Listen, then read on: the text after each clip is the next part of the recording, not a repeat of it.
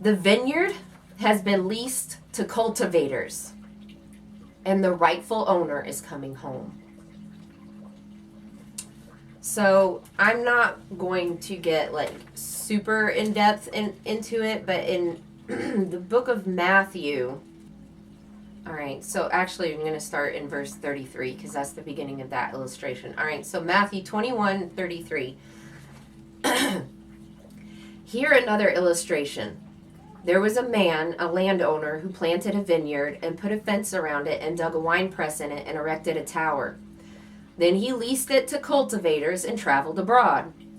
When the fruit season came around, he sent his slaves to the cultivators to collect his fruit. However, the cultivators took his slaves, and they beat one up, another they killed, another they stoned. Again, he sent other slaves, more than the first group, but they did the same to these. Lastly, he sent his son to them, saying, "They will respect my son."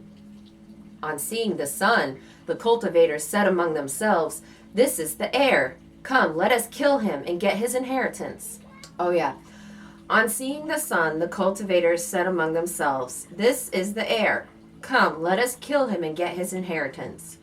So they took him and threw him out of the vineyard and killed him. Therefore, when the owner of the vineyard comes, what will he do to those cultivators? They said to him, "Because they are evil, he will bring a terrible destruction on them and will lease the vineyard to other cultivators who will give him the fruits when they become due." Jesus said to them, "Did you never read in the scriptures, the stone that the builders rejected, this has become the chief cornerstone? This has come from Jehovah, and it is marvelous in our eyes." All right. So this is what God showed me. The reason that he had me word this message like this: the vineyard is leased to cultivators, the rightful owner is coming home. God created the earth. It's his. It's his vineyard. We're just leasing it. We don't have the rights that we think we do. Little children. And I'm calling you little children because you are. We all are little children. Okay? Before the Most High. We are his children. Doesn't matter how old you are. It's not about age. It's his house. It doesn't matter whether you like it or not. It doesn't matter whether you agree with his rules or not. If you do not obey, you are going to get kicked out. Okay? It's really that simple. It's called humility. It's called humbling yourself before God and not trying to be wise in your own eyes.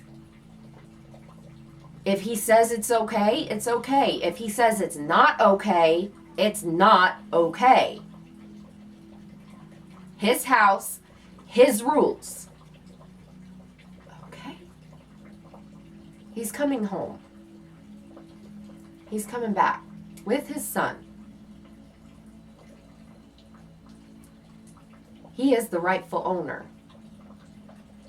So, like, I strongly, strongly caution and urge you to give yourself a reality check right now. Like, this is what this message is. It's a reality check. It's a reality check. It's an attitude check.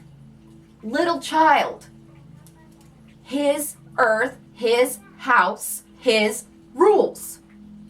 It doesn't matter if you agree with or not, or don't like the fact that he doesn't like homosexuality.